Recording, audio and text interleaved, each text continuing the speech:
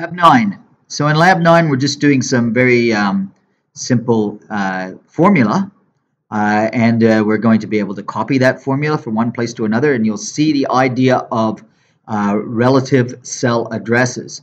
And then we're going to use the fill handle as part of that. So let's create a formula here. We can start a formula by pressing the equal key, and we can just highlight if we want the contents of any cell to be in that formula. So I'm going to highlight this cell here. I'm going to then put my asterisk, which is the multiply sign, and then show the other one. And so this is going to put into this cell the contents of this cell multiplied by the contents of that cell. When I hit enter, the result is put there. We see up here that the formula is shown in the formula bar, and the results are shown. Oh, I messed it up, didn't I? The results are shown in the cell itself. Formula and results. Now, this thing here we call the fill handle. If I click on it with that little plus sign and drag it, then you'll see that the formula goes into the other cells. And so now the formula is slightly different in there. See, here it was B4 times C4. Here it's B5 times C5. And here it's B6 times C6. So that's what we call relative cell addressing.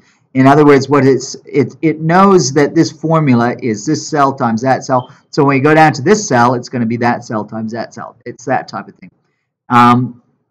Now it says here that we're supposed to copy the formula, edit the formula, blah, blah, and add the cell D7. So D8. Oh, right. So I was supposed to drag this down to all of them. But the problem is that this doesn't include all of them, right? And actually, that's kind of a sloppy way of doing it. Plus, plus, plus. I'm going to change that completely. So I'm in the cell. I'm going to do my editing of my formula. So I just got equal. Sum is a really useful way of doing this. You can just type sum and then highlight all the things that you want to be added up. So all of those are going to be put into that total. And that makes all of them nicely. Or we could have done the plus, plus, plus thing. But this is actually a much better way of doing it. Sum just means the total of all those things. And that basically is our problem 8. Problem 9.